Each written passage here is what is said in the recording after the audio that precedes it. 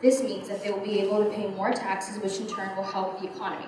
Also, with their higher paying jobs, legalized immigrants would be able to invest their money in banks, schools, homes, and even start their own businesses. 11 out of 50 states, most recently Maryland, have enacted laws that provide undocumented students to pay tuition at in-state rates. Though this is a step in the right direction, there should be a greater push to get the federal bill passed. There are many organizations, including the National Education Association, American Association of Community Colleges, National Parent-Teacher Association, and National Association for College Admission Counseling, that are major supporters of the DREAM Act. They're all working very diligently to make sure that these undocumented students' voices are heard and the DREAM Act is not going unnoticed by Congress.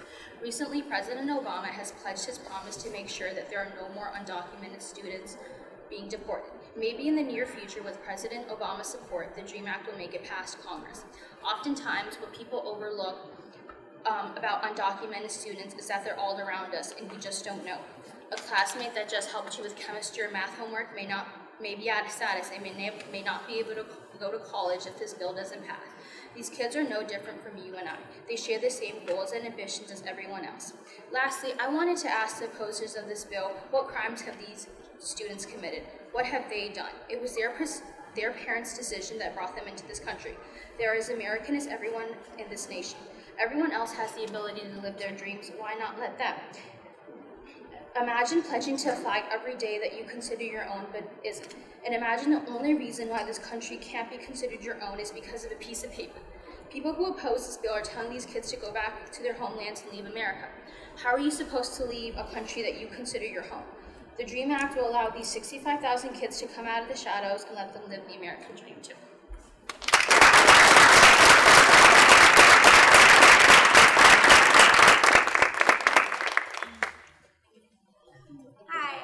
And I'm a senior here at Yorktown, and I want to talk about some of the many myths surrounding immigration. We want to dispel a few of these myths in the hope that understanding will lead to questioning our policies, greater empathy, and ultimately to change.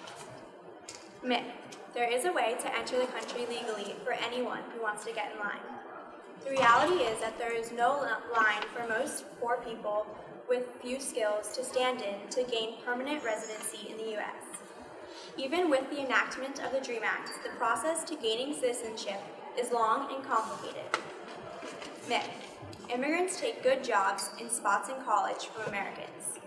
In reality, immigrant workers are often hired to fill excess supply of low skill and wage jobs, since the numbers of U.S. citizens willing to work in such jobs continues to decrease.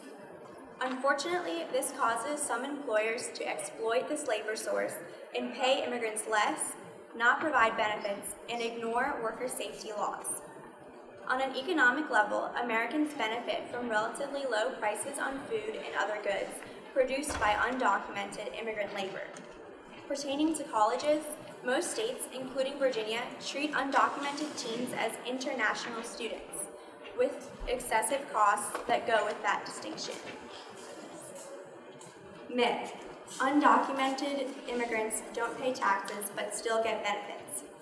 In reality, any time a person, documented or undocumented, buys gas, clothes, or appliances, they pay taxes. Buying or renting a house also contributes to property taxes. A full 1/2 to 3/4 of undocumented immigrants pay federal, state, and local taxes, including paying into Social Security benefits that they will never get. While emergency medical care and K-12 schooling is accessible, welfare, food stamps, higher education, and regular medical care is not. These are only a few of the many myths surrounding immigration. Next, we will be hearing some stories from Yorktown seniors and alumni.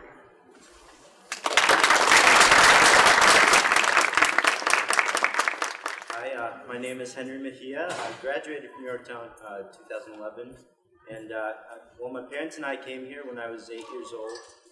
We had pretty much nothing. We had clothes on our back and a few suitcases, and we got here and we settled in. Of course, it was tough for my family to begin a new life in a completely new country, and it was tough at first, and I really didn't know what to do with myself. I was young, I didn't have much knowledge of the world, And as I began to go to school, I went to Arlington, the Arlington public school system all my life, Key School, Swanson, and Yorktown.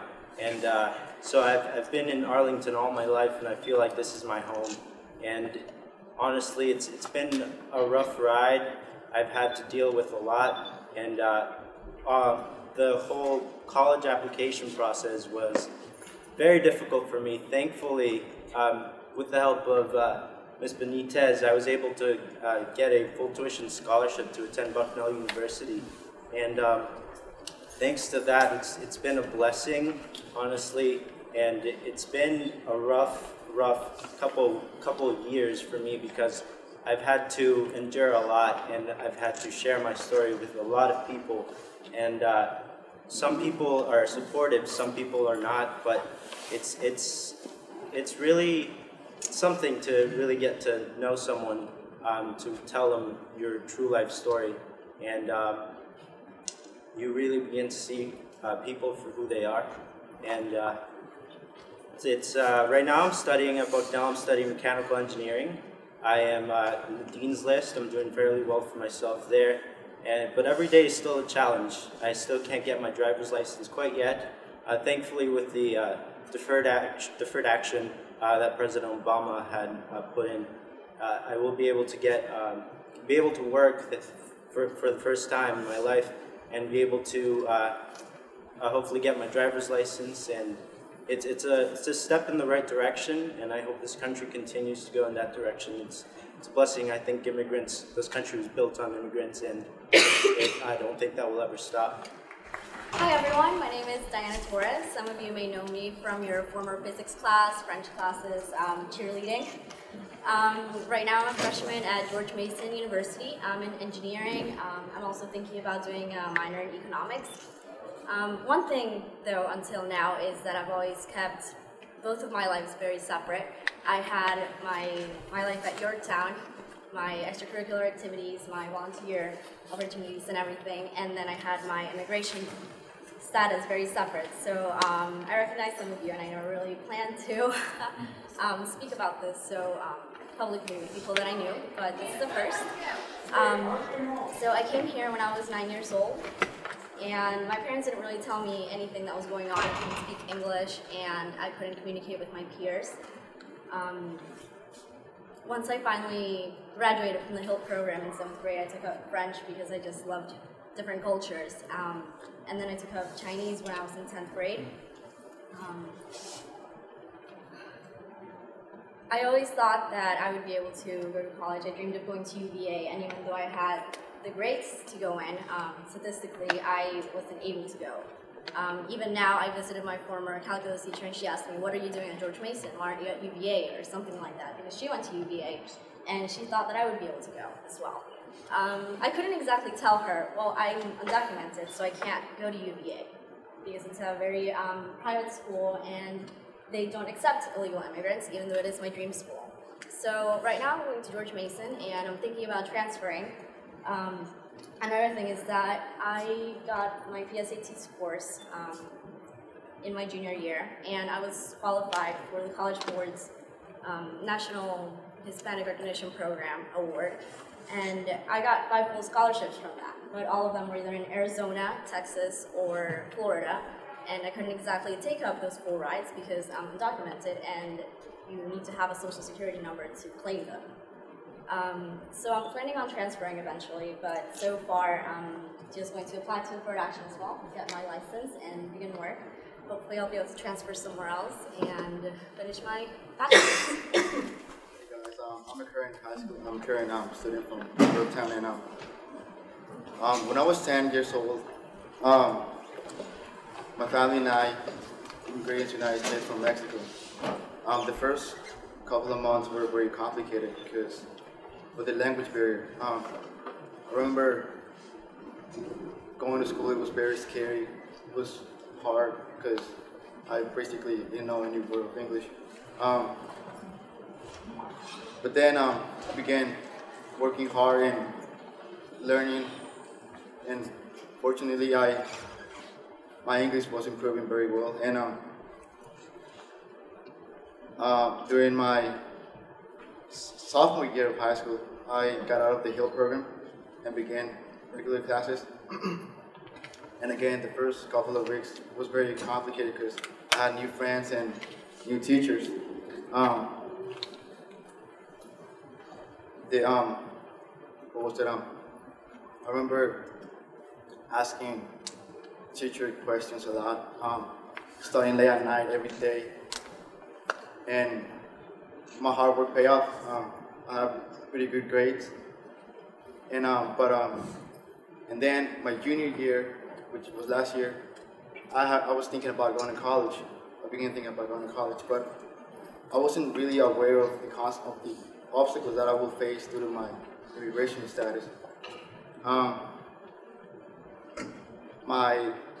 When I came to realize the obstacles, I lost the hope of going to college.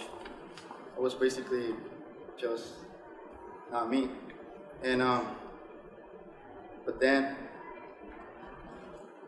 with the help of Dream Project, I gained my hope back. They gave me hope to seek a higher education. I gained my confidence back, and currently I'm applying to college, doing my application, and hopefully getting into one and attending to university. I hope you all realize how difficult it can be for these young people to get up here and speak. I know Henry and Diana have spoken before, although not in front of maybe kids that you know. This is Eduardo's first time speaking in front of a group like this. So would anyone like to ask some questions of the students? We can do that.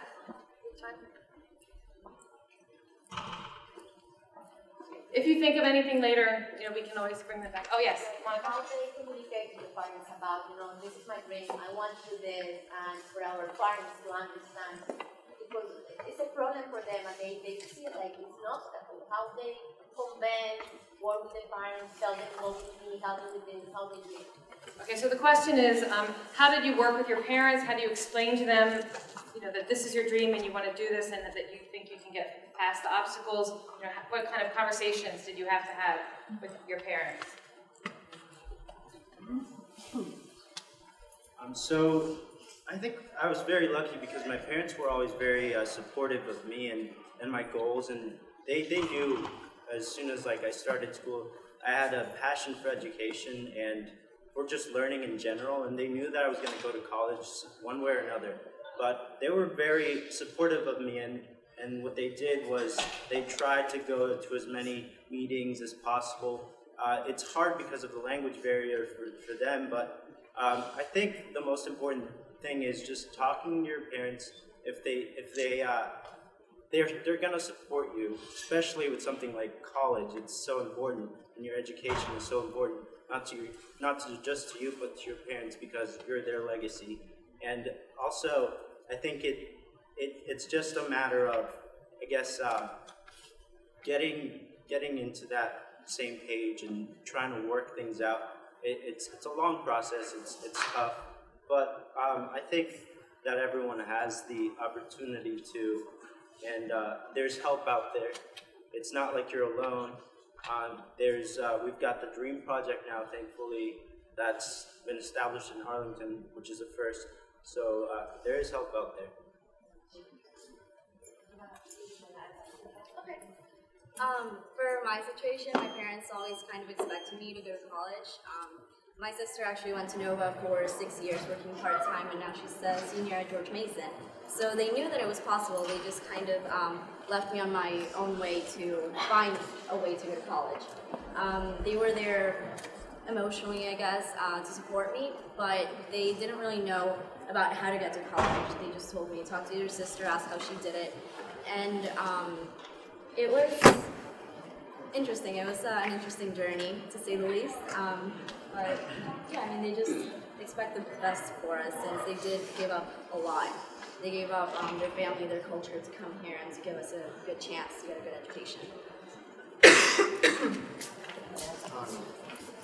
Does someone else have a question? Can you just real quick say, you mentioned the reaction was the difference between that and